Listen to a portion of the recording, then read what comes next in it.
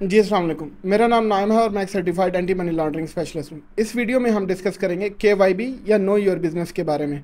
Know your business या KYB वो process है जिसमें कोई भी फाइनेंशियल इंस्टीट्यूशन किसी कंपनी को वेरीफाई करता है। फॉर एग्जांपल, अगर किसी कंपनी ने अपना अकाउंट ओपन करना है किसी बैंक में या किसी फाइनेंशियल इंस्टीट्यूशन के साथ, तो बैंक या कोई फाइनेंशियल इंस्टीट्यूशन वो उस कंपनी को वेरीफाई करेंगे। उसमें उस कंपनी का स्ट्रक्चर, उस कंपनी के UBOs, डायरेक्टर्स, उन सब को वेरीफाई किया जाता है। उसके साथ साथ कंपनी के source of income, source of fund को वेरीफाई किया जाता है कि कंपनी कहाँ से अपने फंड ड्राइव कर रही है, कंपनी का टोटल सोर्स ऑफ वेल्थ क्या है और कंपनी की इनकम कहाँ से आ रही है, जिसमें उसकी ट्रांजैक्शन एक्टिविटीज़ भी शामिल है।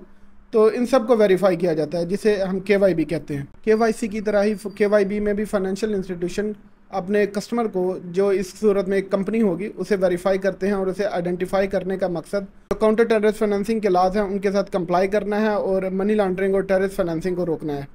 अब हम डिस्कस करते हैं कि किसी भी कंपनी को वेरीफाई कैसे किया जाता है और कौन से डॉक्यूमेंट्स रिक्वायर होते हैं और कौन से इजाफी चीज़ें रिक्वायर होती हैं KYC के अलावा, जिससे वो कंपनी को वेरीफाई किया जाता है। सबसे पहले KYB को दो तरह से वेरीफाई किया जा सकता है, जिसमें थर्ड पार्टी सोल्यूशन भी शामिल हैं, जैसे समसब है, शफ्टी प्रो है, या इसके साथ साथ प्लेटफार्मा 360 है, या और भी डिफरेंट प्रोवाइडर्स हैं जो वेरीफाई करने में हेल्प करते हैं। नॉर्मली किसी भी कंपनी को वेरीफाई करने के लिए जो बेसिक रिक्वायरमेंट है उसमें सबसे पहले कंपनी रजिस्टर होता है, जो एक डॉक्यूमेंट है जिसमें कंपनी के तमाम शेयर होल्डर्स या UBOs और उसके साथ साथ डायरेक्टर की लिस्ट मेंशन होती है। जो भी डायरेक्टर्स के नाम होंगे वो वहाँ पे मेंशन होंगे। और ये कंपनी रजिस्टर 90 डेज से या 90 दिन से ज़्यादा पुराना नहीं होना चाहिए। कंपनी रजिस्टर में जो तमाम UBOs और शेयर होल्डर्स और डायरेक्टर्स हैं उनके नाम शामिल होते हैं और उन्हें फिर फर्दन वेरीफाई किया जाता है, उनकी KYC की जाती है। फॉर एग्जाम्पल, अगर किसी कंपनी में 2 शेयर होल्डर हैं और एक डायरेक्टर है और दोनों शेयर होल्डर 50-50% के शेयर रखते हैं, तो उन दोनों शेयर होल्डर को और उसके साथ साथ जो डायरेक्टर है उसे फाइनेंशियल इंस्टीट्यूशन वेरीफाई करेगा और तीनों की KYC करेगा। UBOs या शेयर होल्डर को वेरीफाई करना इस चीज़ पे भी डिपेंड करता है कि वो पर्सन उस कंपनी में कितने शेयर रखता है। नॉर्मली फाइनेंशियल इंस्टीट्यूशन इस चीज़ को देखता है कि वो कहाँ पे रेगुलेटेड है और उस कंट्री के लोकल लॉज क्या कहते हैं। नॉर्मल जो कंट्रीज होती हैं वहाँ पे 20% या 25% शेयर होल्डर अगर कोई होगा, जो शेयर रखेगा कोई पर्सन, तो उसे वेरीफाई किया जाता है। अगर उसके शेयर 20% से कम है तो उन्हें वेरीफाई नहीं किया जाता। इसके साथ साथ अगर कोई पब्लिक कंपनी है, जैसे फेसबुक हो गई या माइक्रोसॉफ्ट है या इस तरह की कोई और कंपनी है जो पब्लिकली लिस्टेड है, तो उनके शेयर होल्डर को भी वेरीफाई नहीं किया जाता, क्योंकि उनका डाटा ऑलरेडी ऑनलाइन अवेलेबल होता है जो इजीली एक्सट्रैक्ट किया जा सकता है। कंपनी रजिस्टर के साथ साथ एक और डॉक्यूमेंट जो लेटर ऑफ इनकॉर्पोरेशन भी हो सकता है, सर्टिफिकेट ऑफ इनकॉर्पोरेशन भी, या आर्टिकल ऑफ एसोसिएशन, तो ये भी ऑब्टेन किया जाता है और इसे वेरीफाई किया जाता है।